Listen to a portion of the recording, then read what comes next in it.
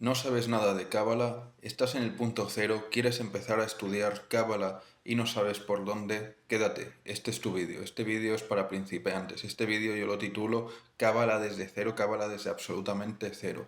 Para eso vamos a partir la clase en 3 puntos que son primordiales y es algo que hay que entender antes de empezar a estudiar la Cábala. La primera es la filosofía como forma de entender la Cábala, ¿vale?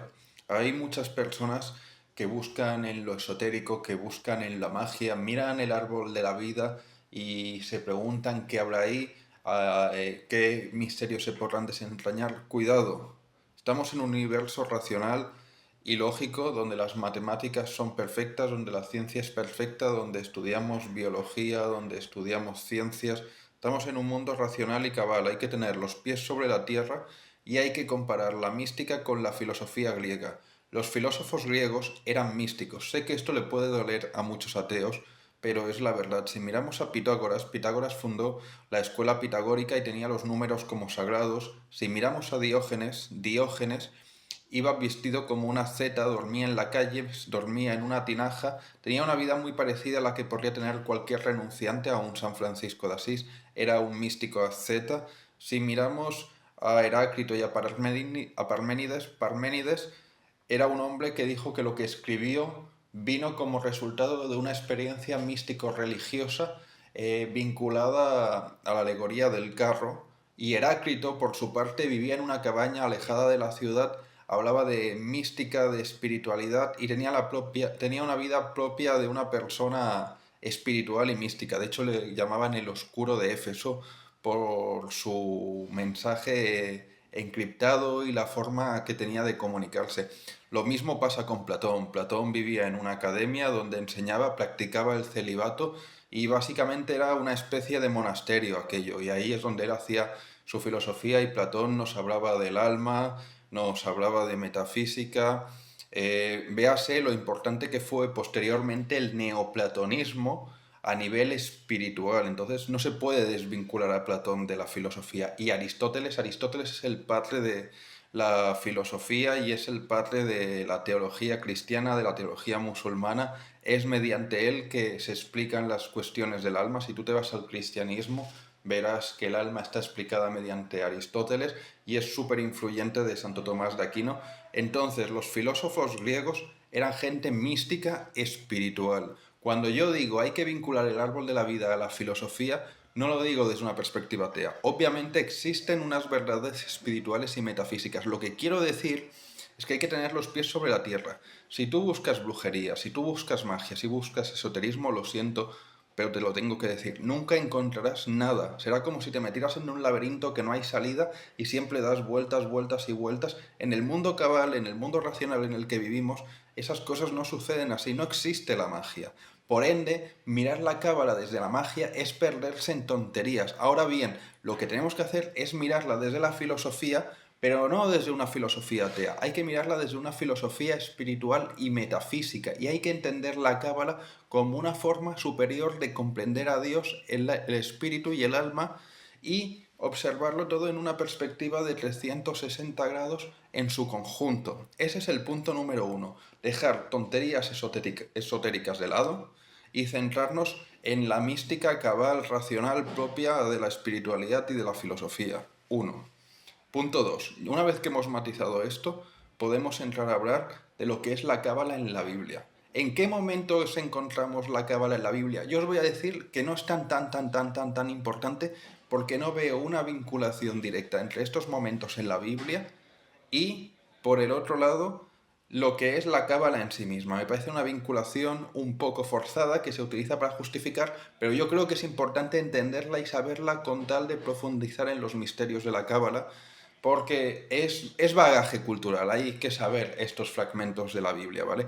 El primero que tenemos es Génesis. En Génesis no hay que interpretarlo literalmente, el Génesis no es algo literal, es algo metafórico, es incluso metafísico. Se nos habla de la creación de Adán y después de su costilla sale Eva. Eso se va a parecer mucho a lo que vamos a estudiar en la Cábala, porque en la Cábala los séfiros de arriba, la séfira de Keter vendrá Jochma y de Jochma vendrá Binah. Jochma es masculino y Binah es femenino. Y la secuencia es Keter, Jochma, Binah. ¿Entendéis? Hay un poco más de metafísica ahí encriptada de la que parece, pero bueno, analizar el Génesis es muy, muy, muy complicado y tomároslo como si yo no hubiera dicho nada en ese sentido. Luego hay otro momento muy importante en el Génesis, que es cuando ellos muerden la manzana, ¿vale? Hay que interpretar que Adán y Eva no están en un paraíso literal, no estaban en un jardincito real. Ellos estaban en una instancia, en un sitio donde estaban con Dios y sin libre albedrío. Ahí estaban en la pureza del espíritu, estaban en el terreno de lo que vamos a llamar Binah.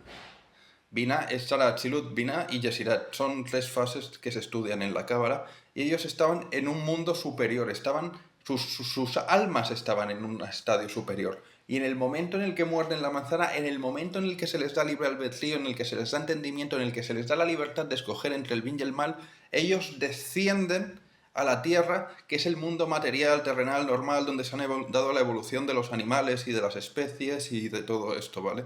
O sea, el descenso de Adán y Eva también se puede entender completamente vinculado a lo que es la cábala y el árbol de la vida, y es de hecho en ese momento cuando se nos menciona, uno, el árbol de la vida, sale escrito en la Biblia, y dos, que sale un ángel al que le dan una espada flamígera para guardar este árbol de la vida. Y esta espada flamígera es el dibujo que se hace de la secuencia de los Séfiros, que van desde Keter a Malhut, bajan haciendo un zigzag. Eso es la espada flamígera. Entonces esas dos partes están situadas en ese momento del Génesis. Luego, posteriormente, tenemos otro momento que a mí me parece el menos relevante, que es la escalera de Jacob. Es el momento en el que él está durmiendo, tiene un sueño y ve una escalera por la que los ángeles suben y bajan.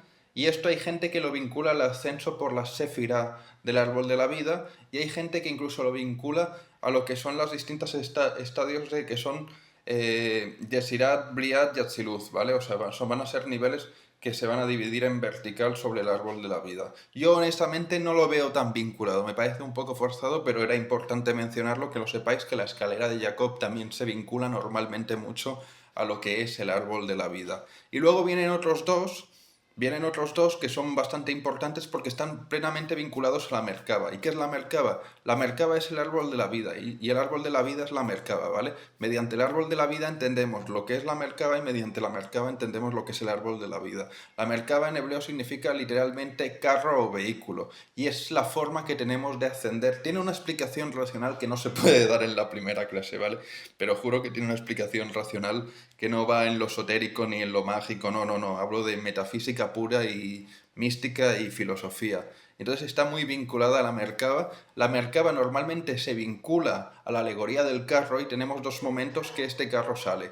La primera vez es cuando el profeta Elías asciende en un carro en llamas y se va, eso es el carro alado en sí mismo, y la otra la tenemos en la visión del profeta Ezequiel, que ve un carruaje. En ambas son la alegoría del carro y por eso la Merkaba. Y una última que me gusta mucho es que el árbol de la vida representa, bueno, tiene dos representaciones. La primera representación es un árbol invertido cuyas raíces están arriba y cuyas ramas están abajo. Y Jesús nos dijo que el reino de los cielos era como un árbol, que era como una semilla pequeña que se plantaba y cuando crecía era la más grande de todas las hortalizas. Entonces, esa comparación de Jesús del reino de los cielos con un árbol es una comparación muy similar a la que se hace en el árbol de la vida con la cábala. La palabra cábala significa tradición. Vuelvo a lo mismo, no se puede desvincular no se puede desvincular la Biblia, no se puede desvincular a Dios de la cábala, ¿vale? Aquellos que queráis buscar cábala por el esoterismo, sin Dios, desde la magia y desde estas cosas, yo os lo siento, de verdad os lo digo, no vais a encontrar nunca nada porque ahí no hay absolutamente nada.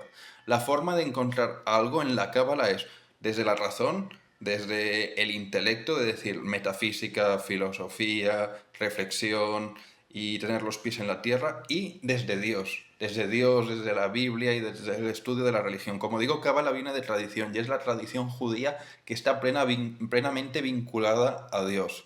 La espiritualidad sin Dios es positivismo barato, es positivismo tóxico, no nos lleva a ningún lado. Entonces, ese punto es importantísimo. Si queréis estudiar Cábala, vais a estudiar a Dios, queráis o no queráis, porque si no vais a estar dando vueltas y vueltas a algo que no lleva absolutamente a ningún camino. Y en ese sentido me encanta que se compare el reino de los cielos con un árbol, porque el árbol de la vida se compara con un árbol que se expande, y veo una vinculación directamente entre las palabras de Cristo y el árbol de la vida en ese sentido.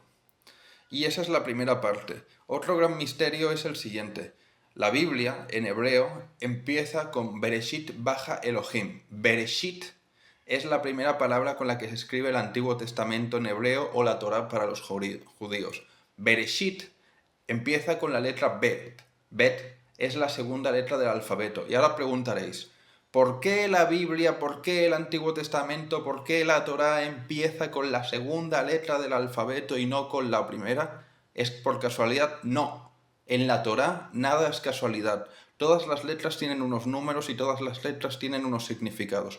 Y el hecho de que la Torá o nuestro Antiguo Testamento empiece por la letra Bet de Bereshit es un significado de que el 1 está plenamente vinculado a Dios y el 2 es la creación, ¿entendéis? 1 es Aleph, 2 es Bet, que ya empieza ahí la creación. Entonces, la Cábala es un estudio profundo de Aleph, es un estudio profundo de Dios, es un estudio profundo de lo que vino antes de Bereshit baja Elohim. Y con ella podemos secuenciar y entender a Dios en distintas fases. La más superior es el entendimiento y comprensión de lo que es Dios, y la más inferior es nuestro propio cuerpo, y entre medio hay otras dos que conectan, que hablan de nuestra alma y de nuestra mente. Y esto va a ser muy importante, pero obviamente no lo vamos a ver en esta clase. Y vuelvo a lo mismo, ya para terminar esta clase y dar la última lección, lo más importante de la Cábala es Dios. Sin Dios no hay Cábala. Sin Dios no vais a llegar a ningún lado. Yo os lo digo de verdad. Cábala es tradición judía. Judía es creyentes en Dios. Si la desvinculáis ya no tiene sentido, ¿vale? O sea, ha perdido todo el sentido. Yo soy cristiano, no soy judío. Igual tú eres hindú, igual tú eres musulmán, igual tú crees en Dios, pero por libre está muy bien. Pero hay que creer en Dios. El punto y eje principal de la Cábala es creer en Dios y hacerlo mediante Dios y por Dios y para Dios. Es una forma de estudiar a Dios. Si tú quitas a Dios de la ecuación, la Cábala pierde todo sentido y no estás haciendo absolutamente nada. Así que lo más importante en la Cábala, y eso ya es para terminar esta primera clase, es Dios. Espero que os haya gustado esta primera clase, las voy a hacer así rápidas, sencillas, amenas. En el próximo vídeo vamos a analizar las Sefirot y espero que os haya gustado. Un saludo, yo soy Alberto. Si te ha gustado este vídeo no olvides darle a like y suscribirte, tienes mucho más contenido en el canal.